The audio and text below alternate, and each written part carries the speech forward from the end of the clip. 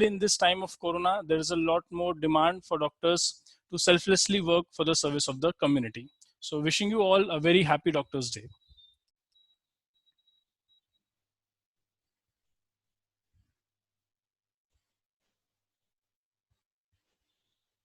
Still the participants are coming. They are joining the meeting. There will be some interruptions as I add them.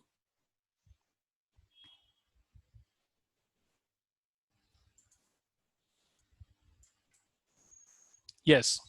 So until December 2019, our job was quite pleasurable. And but as soon as we heard of COVID, that's a coronavirus that originated in Wuhan city of China, our life was not the same as before. It is also known as the black swan effect. So what is the black swan effect? Until the 18th century, it was known that only white swans exist on Earth. And there was no concept such as black swan. And suddenly some travelers traveled to different parts of the world and they discovered that in some part there is a black swan also. So the theory of black swan was proposed. This was also explained by many of our Indian authors in this before the presentation. Many of the presentations they have included this theory. Why this theory inclusion is important is a black swan event or a black swan theory states that it's an uneventful, surprisingly shocking event. The event that is not expected to occur in our normal lives, and it occurs, and it results in a damage that we are difficult to handle and repair. So this is the basic concept of a black swan theory. So a coronavirus COVID crisis is also a black swan event. So as we heard about this, all the expression of all our doctors in every field were like this.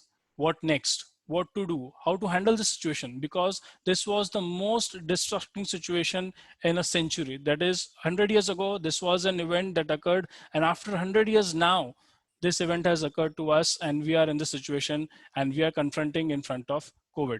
So how to deal with COVID and how do we take care of ourselves, our patients, and the families? So this was a big question to be answered.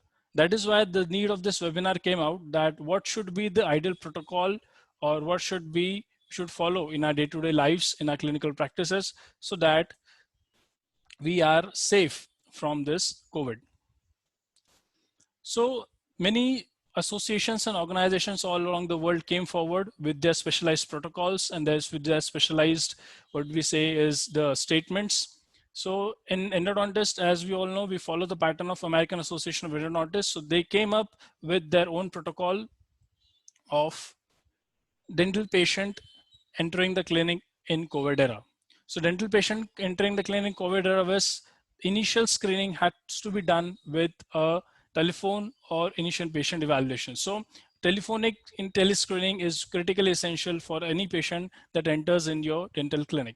So as soon as they're on the telephone only, you ask about the signs and symptoms of COVID-19 up to the patient, and also ask about the travel history and epidemiologic link. If you think the patient is fine, then you can invite the patient to your clinic and again do a checkup.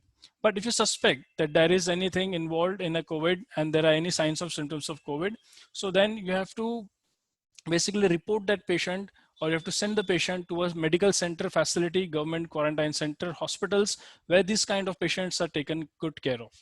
But if the patient is fine and if you want a patient, but if the patient is complaining that he is having pain, and on telescreening only you want to solve the patient's needs, so first of all, defer the treatment for 2 weeks. That is for 14 days, ask the patient to have medications and stay at home and home quarantine that patient and check the patient's signs and symptoms.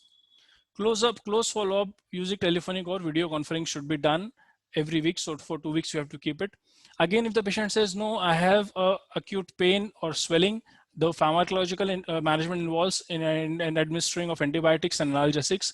Again, you have to very closely follow up the patient if he's having any suspect about COVID.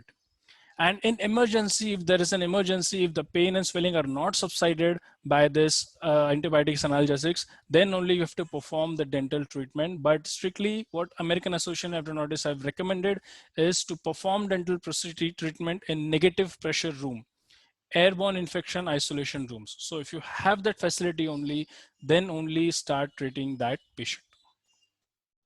Again, there was a questionnaire that was being released by American Association of Endodontists, that what are the questionnaires to be asked to the patient. So this is that questionnaire format of COVID screening. So you have to ask that in the last 14 days, have you been to any household member traveled across areas known as COVID areas? Any household member that have any contact with COVID-19 patient? Any history of exposure to COVID-19 biologic material, history of fever in the past 14 days, or symptoms such as cough, difficulty in breathing, diarrhea, that are the typical symptoms of COVID-19. If there are any, again, you have to send the patient for COVID-19 screening. Then an Indian dentist also came forward with the joint statement, that is the Indian Endodontic Society and Indian Dental Association both combinedly gave a joint position statement of the dental practice during the COVID-19 pandemic. And the key recommendations, what they have given is treat emergency patients only, always use PP kits, avoid all elective and urgent procedures, that is as previously mentioned by AE. So the protocols are almost similar that AE has given, that you have to do the elective and urgent procedures under antibiotics and analgesics. Avoid all aerosol producing procedures and protect yourself and protect your patients. Again, mentioning about specially protect yourself means your whole family. And also Indian Endodontic Society came up with a chart, again with the telephonic triage only, similarly to American Association of Endodontists, that if any patient comes, you have to again do the urgent care, you have to take the pharmacological management. And if it is an emergency, you have to attend it. But if the patient can be scheduled, again, schedule the patient later for appointment for the procedure. So what are the pharmacological management that we have to do on telephone? So what the literature says is that ibuprofen along with paracetamol is a classic combination mentioned in all standard textbooks and typically followed over American and American and European population, but it's not very popular in case of Asian population. Again, the guidelines that have recently come by WHO are saying that administering ibuprofen with paracetamol is not clear, and you should avoid giving those drugs in COVID-19 pandemic. So my recommendation personally would be to go with ketorolac tromethamine. It is a very potent drug in reducing the signs and symptoms and pain of the patient with endodontic origin. Again, piroxicam derivatives also can be given, one of the better alternative that you can give. And many of the studies have not yet shown the relevance of aceclofenac and paracetamol combination, but in routine clinical practice also we have seen good results of it. So again, aceclopara combination or ketorolac combination will be good for it. Again, needlessly giving antibiotics to the patient if not required is also not preferable, because again, antibiotic resistance, and if the patient is not having any signs of symptoms of systemic involvement, that is abscess or cellulitis, antibiotics should be avoided. Medications and analgesics will be sufficient to reduce the pain with irreversible pulpitis.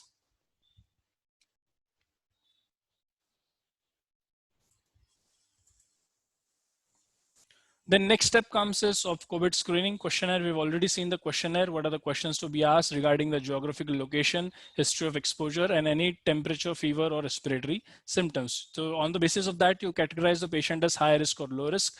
And again, depending upon that, we have to do the emergency management. So in different parts of the country and again different parts of the world, the incidence is very different. Again, in many parts of India, people have started regular dental practices, taking all the precautions with them. But still in my city, including many parts of India, practice have not yet started because the number of cases are increasing day by day. So it also depends on the geographical location, in which location you are situated, where, how much is the incidence of COVID, if there's any history of exposure, are there any symptoms of temperature or respiratory symptoms. So all you have to check and then categorize the patient.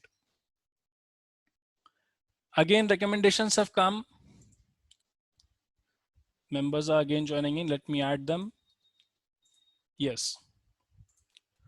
So avoid all aerosol producing procedures, avoid intraoral radiographs. So now when we have done checking the patient, also have to avoid intraoral radiographs, because again, radiographs will result in the reflex of coughing. So if you don't want the patients to cough in your clinic, so again, avoid intraoral radiographs as far as possible. And again, patient escorts should be discouraged.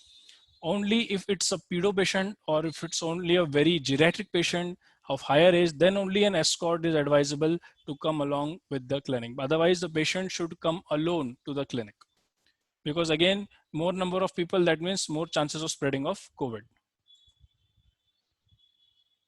Again, personal protective equipment, N95 mask, gloves, head cap, and face shield. Everything is compulsory and should be worn. And in pre-procedural rinses, 1% hydrogen peroxide and 0.2% povidone iodine betadine is indicated. The most important point to note is chlorhexidine is ineffective against SARS-CoV-2.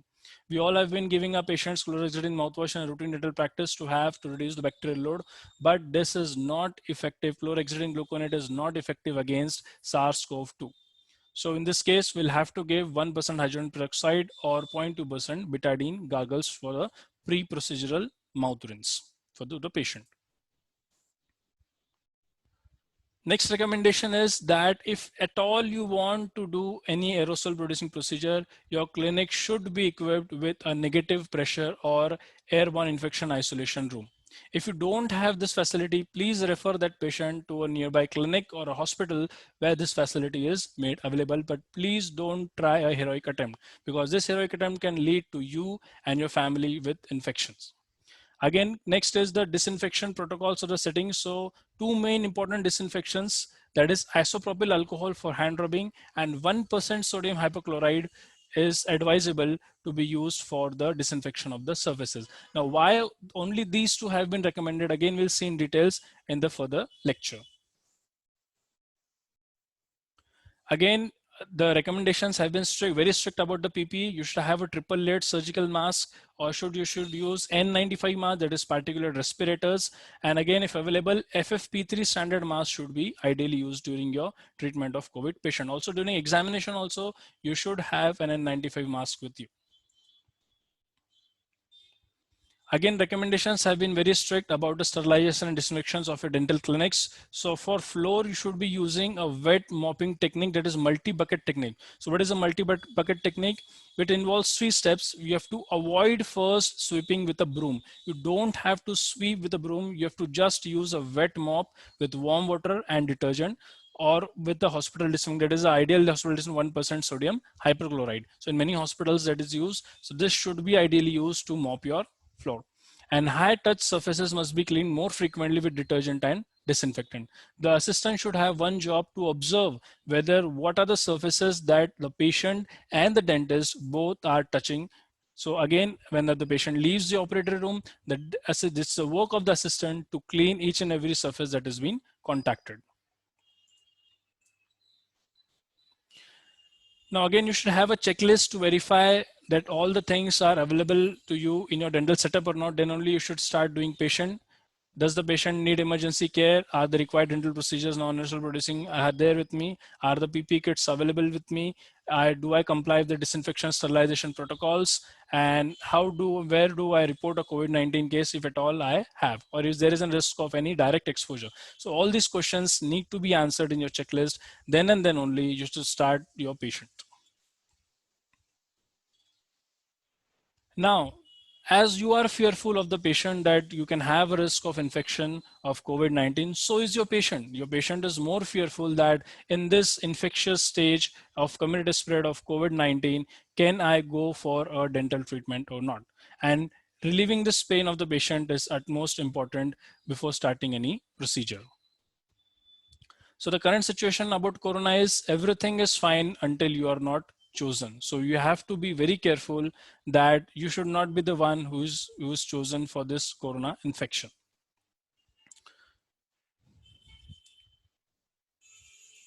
Again, the next question comes in mind is, why me? So I have a video to share about this.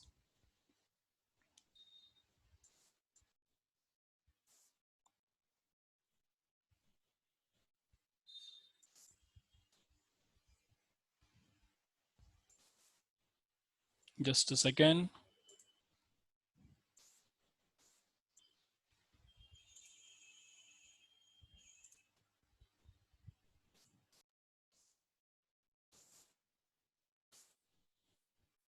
Get loose, that's what he gonna do.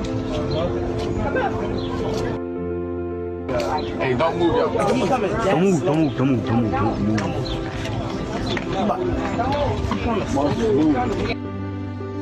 You're not gonna make him hit? Hurry up, man. The phone's slow, boy. Don't move, don't. He coming, don't move. Stay with That bitch is coming. That boy is moving dirt That's slow. wild stuff right there, huh? Y'all checking it out. That's like looking at the animal channel. Bro, don't move. Oh my god. He just falling. Y'all gotta move though, bro. Chill. Stay where you at. Stop moving, Cecil.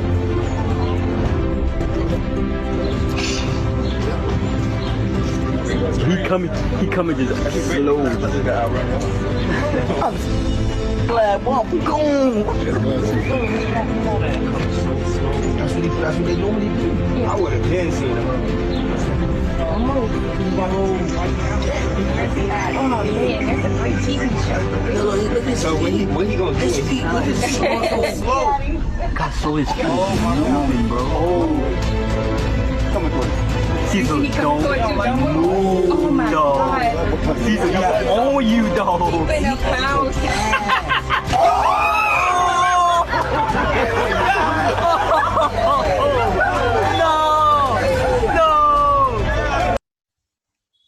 So as you can see, the tiger is just similar to your corona situation. If there was no glass shield in between the man and the tiger, the man would not have been alive. So that is why it is very critically essential for us to take all the necessary steps in preventing this coronavirus infection getting us. So coming back to the presentation, you should consider every patient as an asymptomatic carrier. And then only you should start working on patient, because this is very important that we consider each and every patient as an asymptomatic carrier and take all the precautions necessary.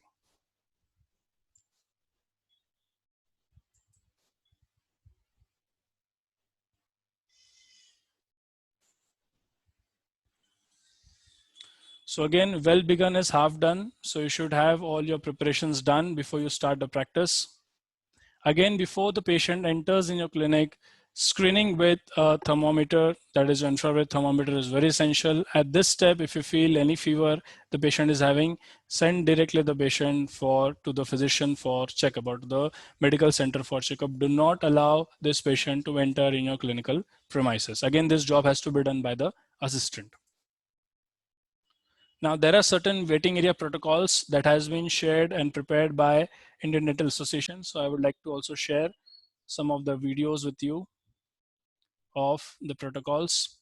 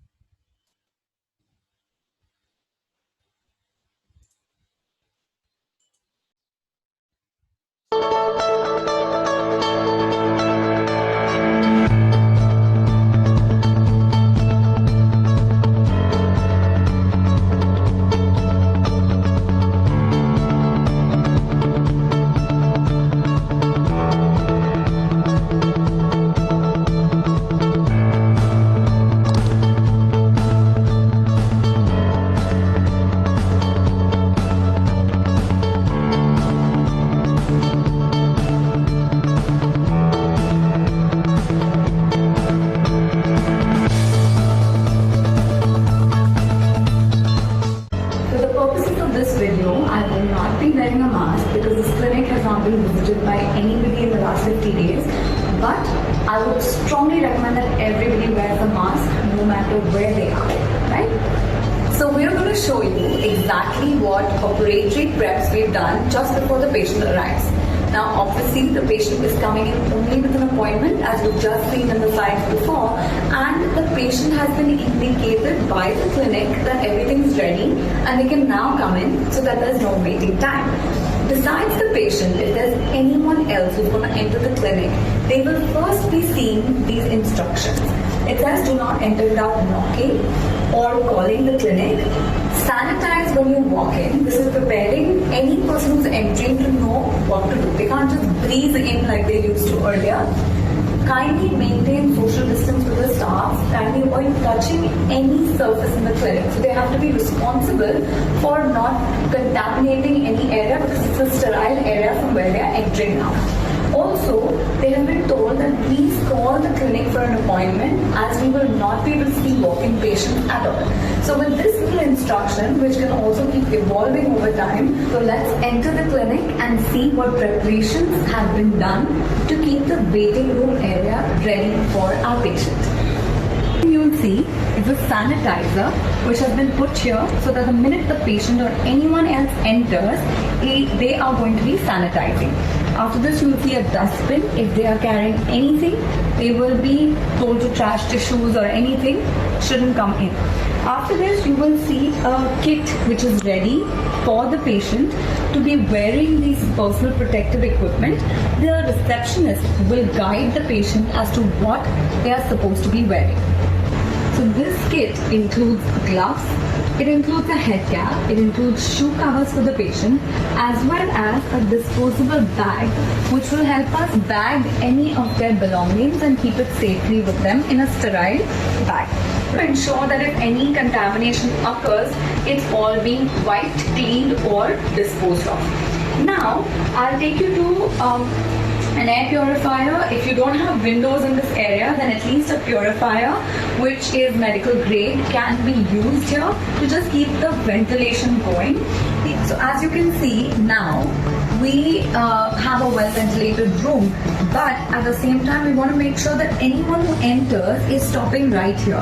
So be it your material vendors, be it your laboratory delivery boys, everyone stops here as a means of social distancing with the receptionist. Now what you are also going to notice is that the entire floor has been wiped and sterilized with a 3-solution system which includes hypochlorite, a disinfectant and hot water.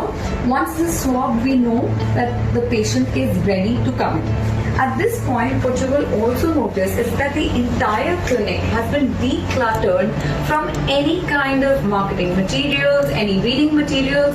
You will notice even the certificates that you earlier used to display are only going to be replaced by if you have done any kind of COVID certification. That's the only thing that the patient should be able to see.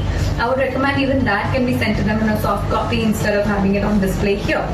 You'll also see that we used to keep oral health products here, but instead now it has been replaced with disinfectant solutions, things that the patient can use for sterilizing their hands.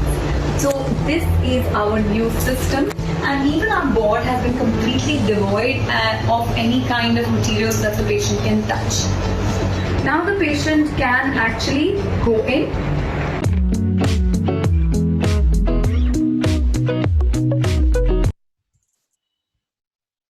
So this was regarding the waiting area protocols.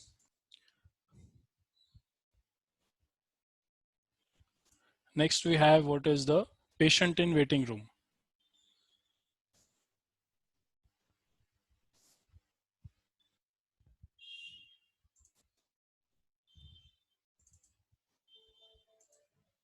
The patient has been called and told that we are absolutely ready to welcome the patient in. The receptionist is standing waiting for the patient to enter. She now indicates to the patient that they can enter. She's maintaining a social distancing as well. Here, the receptionist, she's our patient for the day, and our receptionist will now welcome the patient with a smile under her mask. And the first thing the patient will be asked to do is sanitize.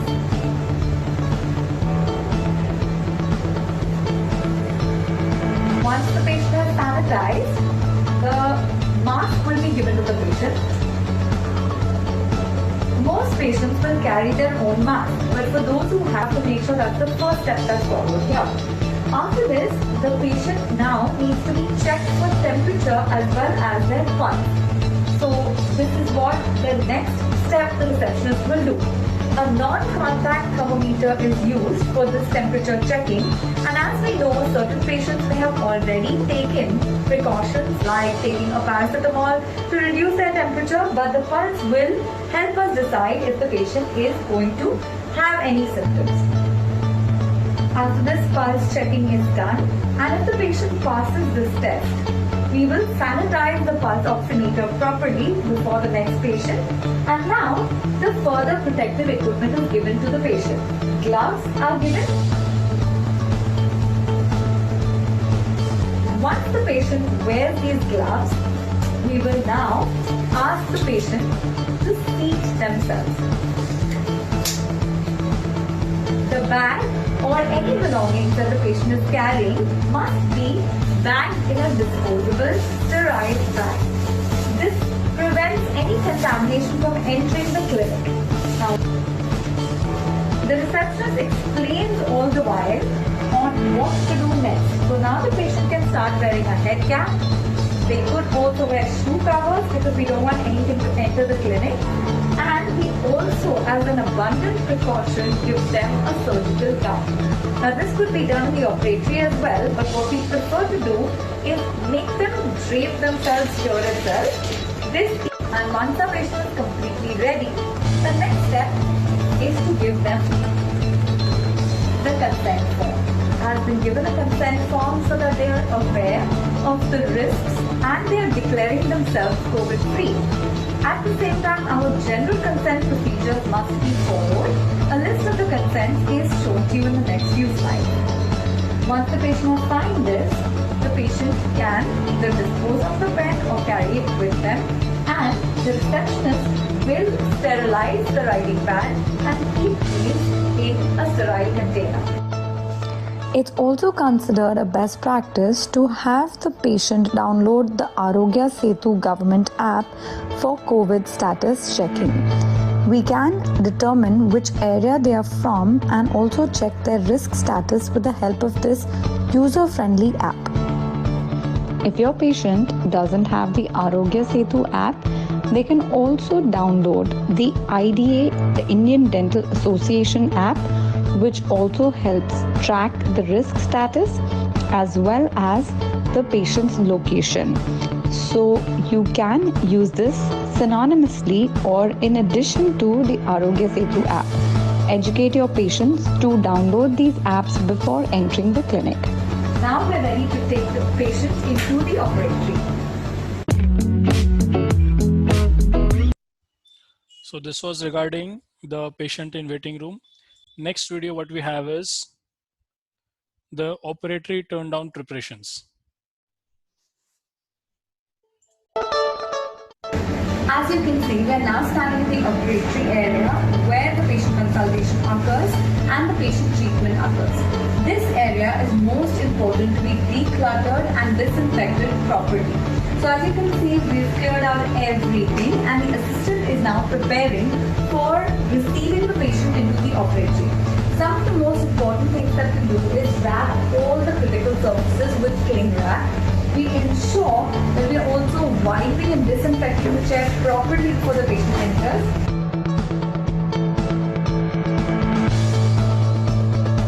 As you can see, there are bins ready to receive any disposal of the patient's PPE and other things once the patient leaves the chair. We also keep a glass ready so the patient will rinse and decrease the viral load that they have. This rinsing is one of the good measures that can be followed before treatment starts.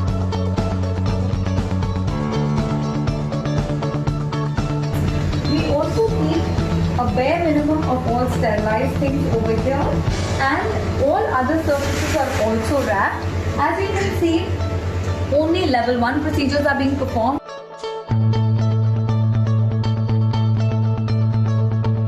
And a rubber dam may be used if there is any exposure to any kind of aerosol or any treatment that is invasive that is being done. So in this manner, we have the entire operatory ready to receive a patient. The most important thing is to have a high back and a low back suction running together. The assistant is also wearing all the proper PPE protocols. She's wearing a 90 GSM PPE suit, a coverall. She's wearing an N95 mask with a shield or eye goggles, along with an extra additional mask that she's also wearing. And she's wearing surgical gloves on her fingers. So she has everything that a doctor has with them. In this way, we are ready to receive the patient. The only thing that you also need to keep in mind is that any kind of HEPA filters, ionizers, the ventilation of the room seems to be extremely important when it comes to battling COVID. Now you want to make sure if you don't have anything expensive equipment, then you will just use a proper opening the window protocol, leaving the room alone for 60 minutes at least, and then calling in the next patient after all the disinfection is done. So this way, we are ready with your operatory. The patient will now come in shortly. So this was the preparation that we have to do in our operatory. Next, what we have is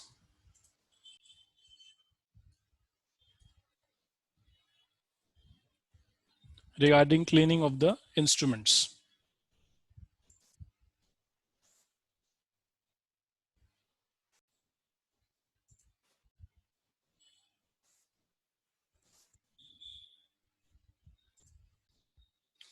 So heavy duty puncture resistant gloves should be worn while handling all the potential contaminated items. Manual scrubbing is effective for cleaning instruments when automated washer processes or ultrasonic cleaning instruments are not available. So these kind of gloves have to be used by the assistant for cleaning of your instruments. These are puncture resistant gloves, heavy duty gloves that are available. So in this way, manual scrubbing can be done, or if the better version is the ultrasonic cleaning. So it is a safer and a more effective than manual scrubbing, and it eliminates the possibility of accidental puncture wounds on the hands that frequently occur during manual scrubbing. So this is most important in case of your endodontic files, whether it is a hand file or whether it is a rotary file. So in this case, ultrasonic cleaning with ultrasonic cleaner is essential. So these are some of the pictures of the ultrasonic units that are used for cleaning of your endodontic instruments, burrs, and small files. In pre-sterilization processing, inspection and sorting of the instruments is done. After drying, inspection of the items closely for the wear, breakage, and cleanliness, and instruments are sorted according to the sets of packs, and sets are prepared, packed and ready for autoclaving. The most common wrapping materials used are paper, plastic, nylon tubing, and cloth. Choice of the wrapping material depends upon the compatibility of the sterilization method. So as we all know, the best method for sterilization is autoclaving, that is steam sterilization. So in autoclaving also, there are many options available, right from your pressure cooker types of autoclaves up to the highly mechanized form. So the recommendation is that the ideal time, temperature, and pressure should be maintained while autoclaving. Also, attaching only the strips to these kind of packing is not sufficient for ensuring the sterilization. We have to use live sterilization, that is the spores of some bacteria, so that if they are eliminated during the sterilization process, that ensures complete sterilization. Just heat down indicators are not indicated because they will just ensure that the autoclave is heated, but whether the sterilization is achieved or not, so biological indicators such as spores of certain bacteria are essential to be used along with them. So as you can see in the pictures, right, starting from your aerotors, from your micromotors up to your all the endodontic instruments have to be autoclaved. Only the packing, filling, or the obturation materials have not to be autoclaved. They are done with chemical sterilization. So what are the essential things that a clinician and assistant should have is both should have an N95 mask, a face shield, a head cap, gloves, and PPE kit. So what are the to-dos in the clinical practice? Monitor every patient for fever with contactless infrared thermometer, first of all, then check and treat the patients by appointment only. Do not take a patient directly which has come first time to OPD. If a patient comes, then ask him to stay quarantined for 14 days, check the symptoms, and then if you are sure enough, then only call him for the appointment. Accept digital payments only. That will help you to avoid contact with the cash. Give every patient head cap, mask, and gloves. Maintain partition or separation of plastic sheets in between the clinician and the patient also. So these are some of the pictures that I have of the PPE kits that can be worn, which is covering everything starting from your head up to your toe. Again, if you have 2 chairs in the clinic, one chair can be plastic wrap, it's not in use, so it will not be contaminated. Again, this picture shows that there is a plastic partition in between the clinician and the patient, and sufficient distance is maintained in between the two so that the social distancing is maintained. Also, this plastic sheets prevents any accidental coughing or sneezing by the patient. Again, this plastic sheet should also be installed in the waiting area. So that will ensure that if two patients are sitting in the waiting area, maintain the social distance. Still, if any patient coughs or sneezes, the coughing or sneezing will prevent the intercontact between the patient. Also, these kind of boards or signs can be put up in the clinic for the patient so that they can report to you if they have any fever, headache, joint muscle pain, fatigue, weakness, etc. So again, we will be alert in treating this patient. Now we have one more video regarding the patient in the operatory protocol.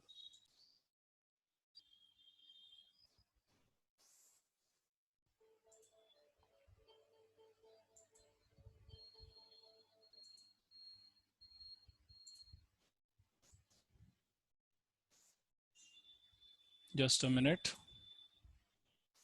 Yes. So we have prepared the trays for the patient who's coming in. They are coming in for extreme pain in a cavity. Most likely it will result in a deep filling or a root canal. So we've kept everything ready at least to cause temporary stoppage of that pain. A rubber band will be used where necessary, and these are all the things that we kept ready. There's only going to be a slow speed handpiece and a slow speed bird that we will be using with the necessary protection. We might use something like a GIC to just peel off the tooth for the time being. The patient is now ready to enter the operatory. She has been briefed in the reception area, and now she's been draped adequately already before she enters the sterile environment of the operation. Patient, hi, how are you? I am good. How are you? Please come in and have a seat, please. This is our new normal. I'm sure you haven't seen me like this, but well, this is how we have to meet. I hope you're feeling fine. Yeah, I'm fine. Yeah. Please rinse with that glass.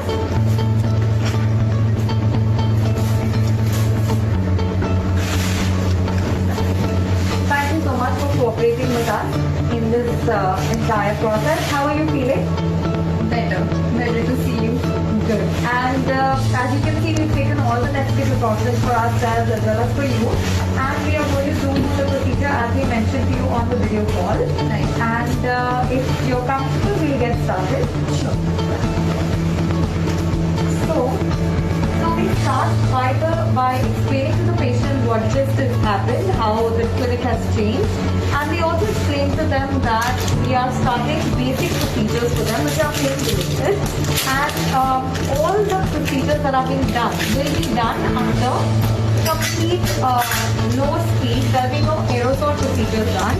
So as you can see, we are just taking out hand instruments which will be used in the patient's mouth. Our assistant is also donned the same PPE that I will be wearing, and the patient is now ready. You can remove your mask, and now we start the treatment. I'll just take you back. Before we start the treatment protocol for the patient, you must notice that the entire chair has been draped and equipped with cling wrap. The first step that we do is now sterilize the patient's extra-oral area with Betadine. Once this is done, we ensure the patient is already rinsed. Now we start with basic hand instrumentation for solving the patient's problem. This is just once the treatment is complete, we could use maybe a low-speed handpiece with the necessary equipment. Now, the most important part of this treatment is going to be the suction. The suction is low and high back suction, what you choose for your practice. Now that the patient treatment is complete, hope you're comfortable. Yeah. Thank you so much. That is sort of what we are following. We will see once things return back to normal. If you have an emergency again, we're always here. Alright? Will I be able to see you on call or absolutely? Absolutely. We'll be always available for you on video consult as well as if there is extreme pain, can't be managed at home, then we will see you back again right here. Alright? I'll instruct you to now move all of this and sort it to this dustbin right here so that you don't carry any of these things. Only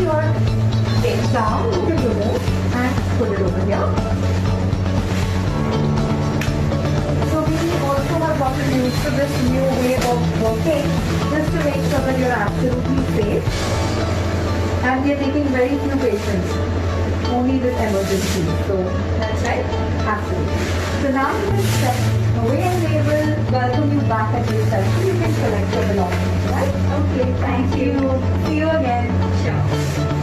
So now that we have told the patient all the necessary instructions, we will start a thorough protocol of sterilizing the operatory once again.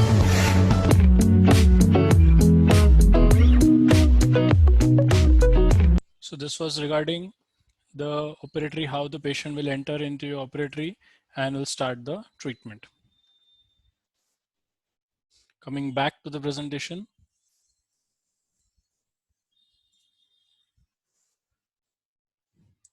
So starting with the patient, for the first and the foremost important thing is your rubber dam. So rubber dam, a whole kit should be you will having with you, and my personal preference is with hygienic Coltene. Since this kit I have been using since my PG time, a very good quality clamps that have a better fit over the tooth, along with their prongs, the rubber dam sheets. They are also available in various sizes and kits. So rubber dam is a strict mandatory whenever you're starting your practice or your patients.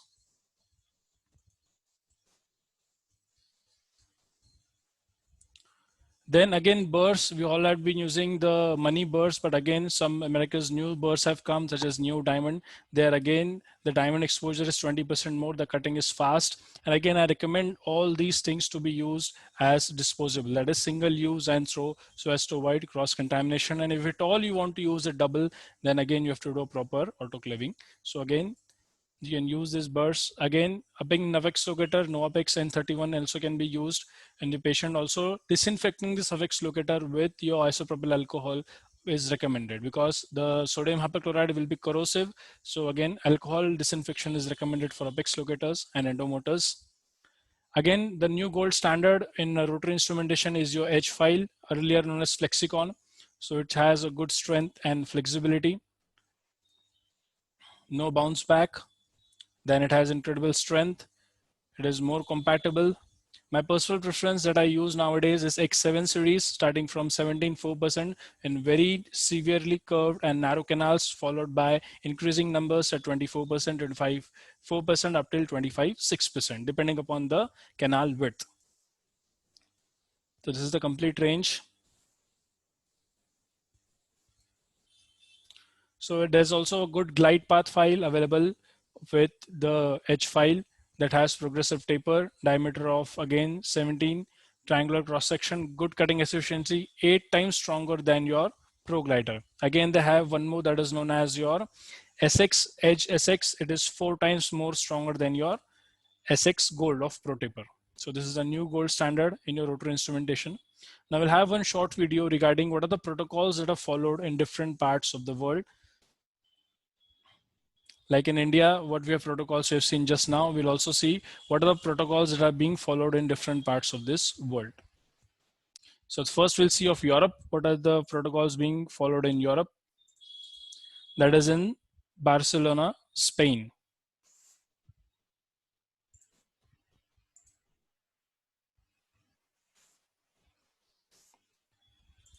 Many of you must have seen this video also earlier. Yes. The patient has now entered the waiting room. So the assistant is now checking for the temperature. With infrared thermometer, the patient is asked to sit. And also if the patient is having long hair, the assistant is helping her to tie, telling her to tie her hair, to wear a head cap, and again to disinfect the hands.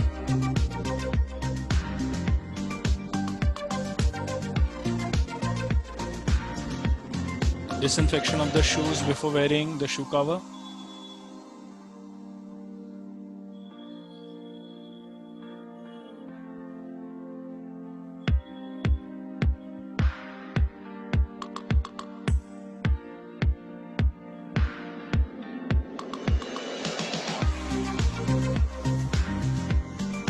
Again, the assistant is wearing full PPE kit along with the head cap, mask, gloves, and shoe cover.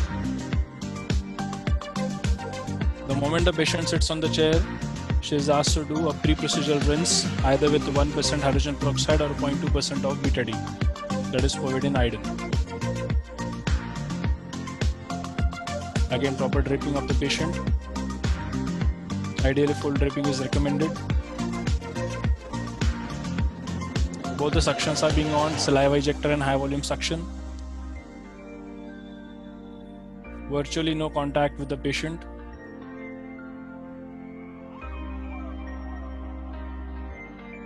And seeing all this protocol, the patient is also happy. Again, proper disposable of the head cap, gloves, and all the items is essential. Scheduling of next appointment and everything is done again by the receptionist. And proper disposable of the things worn by the patient.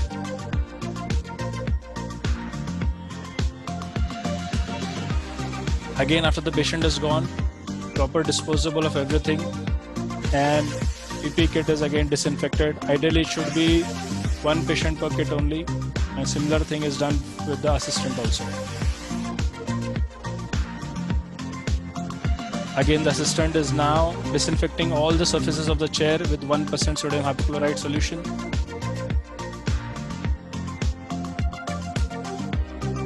Because it was a procedure that involved aerosol generation.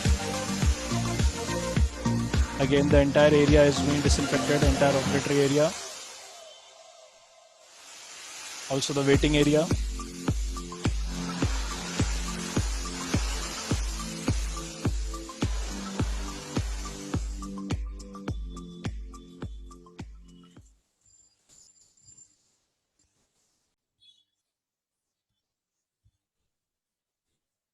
Yes, all the participants, please stop your video.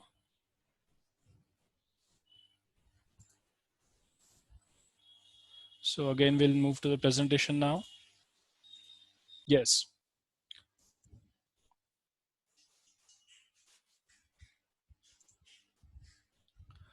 So the recommended guidelines for specific dental procedures: local anesthesia, 2% lidocaine, allow the sufficient time to act, that is 15 minutes. You can use supplemental 4% articaine also to achieve sufficient anesthesia. Then again, using of your four-handed technique with the assistant and you, using the chemical methods to remove caries, that is caries solve along spoon excavator. If not, the caries is still there, then you can use a slow speed micrometer handpiece along without any water spray until the pulp is exposed. Partial or complete pulpotomy can be done, and we can arrest the bleeding with 3% sodium hypochlorite with slight pressure. If the bleeding is not arrested, then again place arsenic-free pulp devitalizer and temporary filling. Prescribe NACID is approved by the local government authorities. About the medications we already discussed. Yes, another question that was being reported to me to please discuss it in the webinar was regarding the single visit versus multiple visit of endodontic procedure. So there are certain points regarding that single visit is preferred as it avoids multiple contact with the patient. But again, in case of multiple visit also, the protocol for sterilization and disinfection remains the same. That is, if you attempt for multiple visit also, again, you have to do all the protocols that was done for single visit. Also, the single visit treatment will depend upon the duration of the procedure. How long do you require to complete that procedure? How long you take to complete a single visit procedure, single visit root canal treatment? Again, PP kit cannot be worn more than for 15 minutes to 45 minutes max. So again, you have to see to that also, that if you're not able to do the procedure in that estimated time, again, you have to call the patient for multiple visit. Again, the patient compliance, patient should also be ready and should also cooperate with you in doing all those procedures. So all these factors taking into considerations, you will have to decide depending on the patient, depending on your skills, depending upon how much time you can wear the PP kit, whether you have to go for a single visit or a multiple visit. And yes, obviously in case of an abscess and draining sinuses, you will have to go for a multiple visit. But again, the protocol for the multiple visit remains the same. Again, you have to follow everything that you have done for the initial visit of the patient. So again, it will depend upon what condition the patient is reporting to you. Infection has no boundaries. It can spread anywhere. So it is very important to use disinfectant. So there is a long list of disinfectant. Ideally in the first stint, what we have seen is only 2 disinfectants recommended by the AAE and the IES. So why they have recommended 3 isopropyl alcohol and sodium hypochlorite 1%, we'll see the reason. So the first 2, that is alcohols and chlorine compounds, we'll be discussing here. which are the most affecting against this COVID situation. First comes alcohol. So in healthcare setting, alcohol refers to two water soluble chemical compounds. First is ethyl alcohol known as ethanol and isopropyl alcohol known as propanol. These alcohols are rapidly bactericidal rather than bacteriostatic. Cidal activity drops sharply when diluted below 50% concentration. So whenever you're buying a hand sanitizer, disinfectant, please note the concentration should be between 60 to 90%, not less than that. Otherwise it won't be effective. So the main mode of action for these alcohols is denaturation of your proteins. Again, methanol, that is methyl alcohol, it has a weakest bactericidal action among the alcohols, so it is not used. Only ethanol and propanol is used. So ethyl alcohol at a concentration of 60 to 80% is potent bactericidal, and nowadays in the market 80 to 90% of the hand sanitizers are available as ethyl alcohol only. If you read the ingredient list, what happens is we buy a hand sanitizer, we see it 80% concentration, but we don't see the type of alcohol that is present. So the type of alcohol that is present is in 90% is ethanol. Problem with ethanol is that all the gram-positive organisms such as the Staphylococcus, Streptococcus are slightly more resistant to ethanol, while isopropyl alcohol is more bactericidal than ethyl alcohol for E. coli and Staphylococcus aureus. Also, isopropyl alcohol is highly effective, fully active against the lipid viruses. Again, I want to note that corona is a lipid virus. So if that has to penetrate, you have to use propanol, isopropyl alcohol only, and not ethanol or ethyl alcohol. Because as I told you, 90% of the sanitizers that are available in the market at 80% concentration is ethyl alcohol. So please take a note that whenever you buy a sanitizer, it should be isopropyl alcohol and not ethyl alcohol. So alcohols are not recommended for sterilizing medical and surgical material because they lack sporicidal action and cannot penetrate protein-rich material. That is why I told you all the instruments you have to autoclave. You cannot depend just on alcohol for sterilizing. Alcohol occasionally used to disinfect external surfaces of equipment and medication. Why it is occasional? Because sodium hypochlorite 1% is a potent disinfectant as compared to alcohols. So there are certain shortcomings of all these alcohols that may damage the equipment. They are flammable and consequently must be stored in a cool, well-ventilated area and are volatile. So my recommendation is cleaning your endomotor and your apex locator with the disinfectant of alcohol will be fine.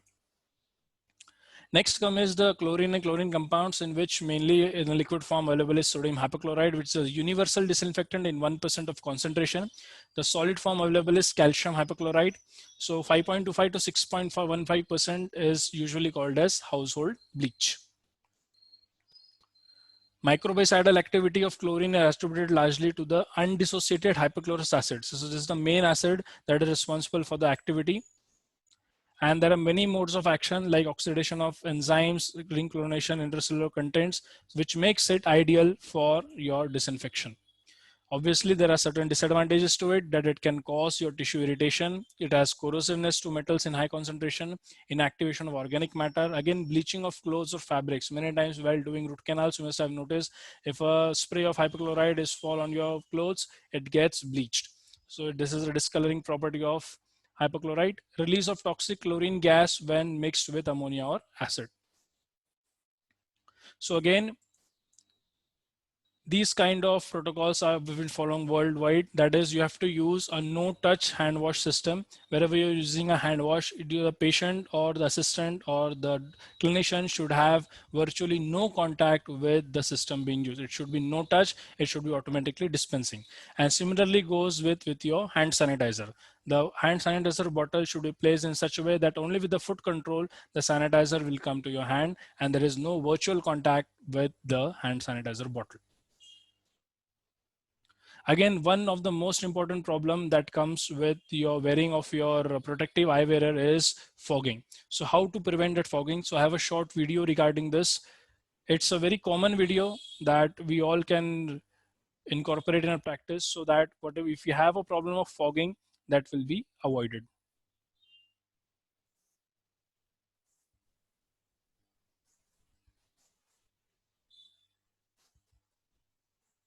Just a second, I'll just share that screen. Yes. See, my glasses don't fog up even breathing heavy. And same with one of these masks.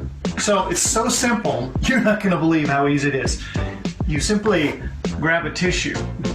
Now, you can grab a tissue and just stick it in there and it will work, but the problem with that is that it can hamper airflow, and some people have problems breathing through masks as it is, and this will just add to it. There's a simple way to get it so you can breathe and not fog the glasses. And this is how it's done. So you just simply take the Kleenex, it's already folded like that, right? And you fold about 1 inch, 2.5 centimeters on each end. So it's about that width, because that's what you're looking for, is that width. And then you fold it. Same distance. And then you simply put it in any mask. Now this is, I have to wear a mask at work, and this is the standard issue that we get. And you put it in at the top, and it does two things. One, it stops the air from leaking up there, and also it absorbs the moisture.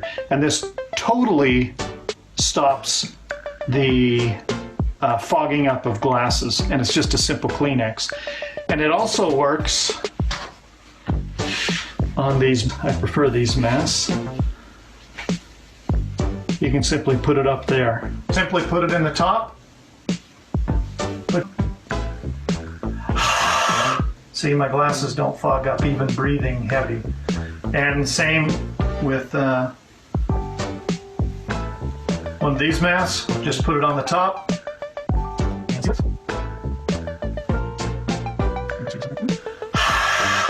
And it doesn't fog up your glasses. And it's simple. Now, you can do the same thing using toilet paper too, if you don't have any tissue.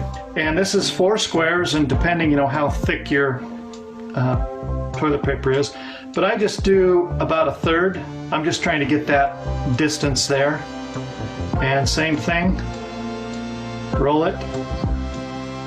And you can see what I'm trying to do is get that thick puffy seal to go right across your nose. Okay, so there it is, simple. That's basically what you're trying to create. I mean, you could probably use paper towels or anything, but you just want a soft absorbent material and create that seal to keep the air from moving up into your glasses and absorbing the moisture. Simple, simple, simple. So this was just a simple demonstration of how you can prevent fogging, because you have to work with wearing these glasses for a very long period of time with your patient, wearing all the PPE kit and protective glasses. So it will be a long time. So this is a short video, and it's a very simple method by which you can avoid fogging your glasses. Moving on with the presentation. Yes, after fogging of goggles or eye wearer due to mask, next is, what are the takeaway points for the endodontic procedures? The first and foremost, avoid all aerosol production whenever and wherever possible. Use of autoclave is mandatory, and rubber dam is also mandatory. You cannot work without these two. Using endodontic burrs, files, both hand and rotary, single use as far as possible. But if any way you have to use it in another patient, you have to use biological monitors for sterilization carefully. You cannot depend upon just on the strips, the heating strips that are there. You have to use the biological monitors for monitoring proper sterilization. Then minimum gap of 30 to 60 minutes have to be maintained as required in between the patients. Then using of non-contact hand washes and hand sanitizers. Examine and treat patients with appointment only. If the new patient comes to the OPD, monitor him for 14 days and ask him to home quarantine and check for symptoms again and again. Always take cashless payments or the online payment only. That will again avoid your contact with the patient's cash. Now, all these guidelines are dynamic that have been given through AAE, IES, and my personal suggestion also, and will be updated and upgraded from time to time as required. So these are not the absolute guidelines. Depending on the severity, depending upon how the disease progresses further from now, these guidelines will definitely change. But as for now, what are these guidelines that we can absolutely follow? And yes, of course, with all these things, with all the precautions which we have taken, we will be able to achieve the smile of the patient again back to him. The patient will be satisfied with the services, and the fearful factor that the patient has in his mind will be gone. So again, I end my presentation with the famous quote that grades don't measure intelligence and age doesn't define maturity. So it's your intelligence, it's your knowledge, and it's your skills that makes you a good clinician. Doesn't depend upon that how old you are or how much you have been into the practice. But again, upgrading yourself from time to time is critically important. Also, I conduct various kinds of hands-on courses and lectures. I also conduct one-on-one training with many of the students. I've also received many awards from Padma Shri Milkha Singh and from Dhanraj Pillai. I've also been lecturing in the national and international conferences in India. So these are the pictures of various hands-on that I take regularly in and out of Maharashtra, all over India. Some are with loops, some are with microscopes. The participants perform. Again, I've also shared platform with many of the international speakers in endodontics. So there are some of the x-rays that are the hands-on is done by the participant. This is the pre-operative. This is the working length, again confirmed after apex locator. This is the master cone. And finally what comes is the obturation, three-dimensional sealing off or the bottles of exit.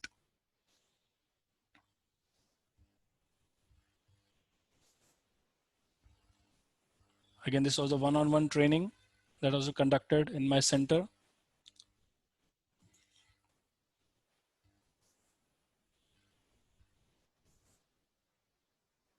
So you can join me anytime if you want any kind of endodontic training. Up till now, the lockdown and due to Corona situation, all the meetings, public gatherings and courses have been suspended. But as soon as it will resume, we can meet this. So finally, I concluded the true sign of intelligence is not knowledge, but your own imagination, by Albert Einstein. You can also connect with me on Facebook, Instagram, Gmail, and LinkedIn. So I'd like to announce the next webinar I'll be conducting will be on the rubber dam in endodontics, as rubber dam is very critically essential. The techniques, types, which rubber dam sheet to choose, which clamps to shoot, what are the various techniques to which rubber dam is applied to the patient, what is the easiest technique, how quick you can be in applying the rubber dam. All those things will be discussed in the next coming seminar, in next coming webinar, sorry. So I'll be announcing the date shortly. You can join me in that webinar also. And I'll be very happy in answering. You have any questions with you. So there's a chat box provided in the Zoom meeting. So you can just pin in the questions. I'll be there for 5 to 10 minutes more in this meeting. If you have any questions, you can just directly ask over here and I'll be more than happy to answer. Thank you.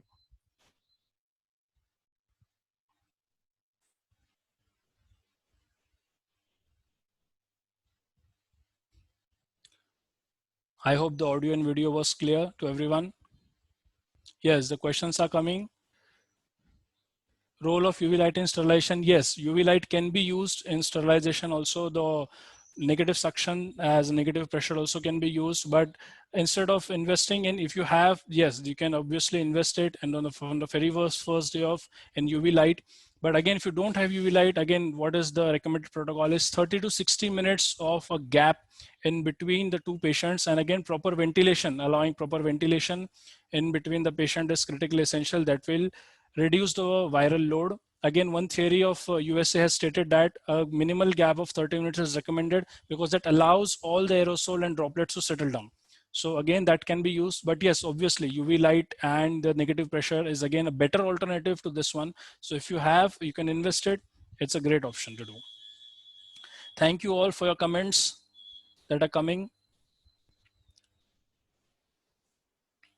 Dr. Malik Ansari, thank you. Dr. Rasha Kataria, thank you. Dr. Karan Khaneja, thanks a lot. Thank you all doctors for spending your valuable time and listening to this. I hope you must have added some knowledge and you can better start. Thank you all. If any more questions anyone has, you can just ask me. After this webinar also, you can personally WhatsApp me if there are any queries you have.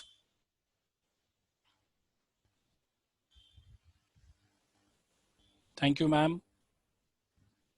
Role of electric motors, yes. as far as possible, you should avoid generating aerosols.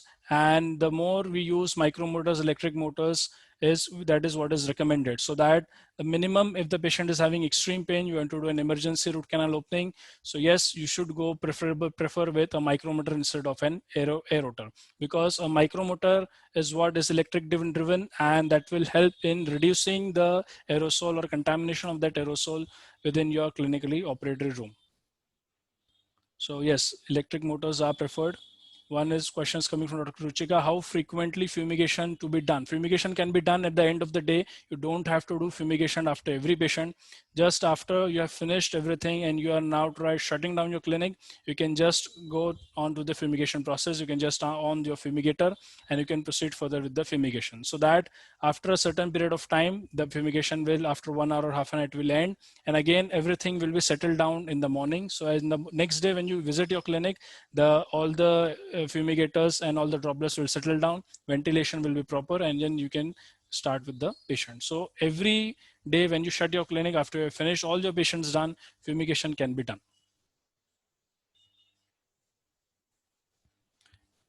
Thank you. Yes, another question is coming. Can we use surgical gowns for OPD and minor procedures? Well, surgical gowns for OPD can be used, but more important is your N95 mask for OPD. Again, as I told you, maintaining those plastic sheets in between the doctor, clinician, and the patient is very important. Because of that maintenance of that social distancing and plastic sheets, and again wearing that N95 mask is more. Surgical gowns, yes, can be used, but for minor procedures, no matter how minor they are, you should wear a PPE kit, because again you have direct contact with saliva. So wearing that PPE kit is very important for you in performing any kind of procedure, whether it is a minor procedure or whether it is a major procedure. So it is very important for us to take precautions, and wearing an N95 mask is again mandatory. Any idea about the role of chlorine dioxide? Yes, chlorine dioxide is effective, but again, most effective, as I've said, that in alcohols categories are there. Similarly, in chlorine and chlorine compounds also, various categories are there. But the most effective is your sodium hypochlorite. So I would recommend to use only sodium hypochlorite 1% for disinfection of each and every surface, whatever is there in your clinic. There's another question, the PP kit autoclavable or not? Yes, you can use an autoclavable PP kit, but that PP kit should have a standardized protocol. That is, it should have a 90 GSM material. It should have an autoclavable material. Again, the recommended autoclaving cycles of the PP kit should be mentioned very clearly onto the PP kit. If it has a very standard operating protocol, then only you should use autoclave PP kit. Otherwise, you can use a disposable. In any case, if you're using disposable also, you should use a 90 GSM kit, not less than that, because there are many Chinese and inferior grade kits available in the market that won't allow a sufficient barrier in between the patient and you. So that is very important. You can use any kit, but using an ideal or a good quality kit is anytime recommended. Another question is coming, can surgical spirit be used as a hand sanitizer as an aid to sanitize frequently touched surfaces? No, that cannot be used, surgical spirit. Again, concentration of that spirit is important. For hand sanitizer, you have to use isopropyl alcohol and a concentration of 60 to 90%. And for sanitizing the frequently touched areas, 1% sodium hypochlorite, the universal disinfectant, has to be used, because it is more effective than any other form of spirit or surgical spirit. As I told you, as we discussed in the presentation also, isopropyl alcohol will be penetrating the lipid viruses, and corona is a kind of lipid viruses. All other alcohols and all other disinfectants, they do not penetrate the lipid content of the virus. That's why isopropyl alcohol or propanol and 1% sodium hypochlorite is what is recommended for the disinfectant of the surfaces. That is the best thing you can use, because you don't have any guarantee of using a surgical spirit. What will be if there are any kind of the disinfection is occurring or not. But with these kind of both the solutions, we can ensure, yes, disinfection will there. Any more questions? I hope I have answered all the questions. If any question is left, you can ask me after this lecture also. So thank you, doctors. Thank you, everyone, for attending this session. Thank you for your comments. The next date for the rubber dam webinar will be announcing shortly. and we'll have at that time a detailed discussion about it. So thank you very much. The meeting is now adjourned.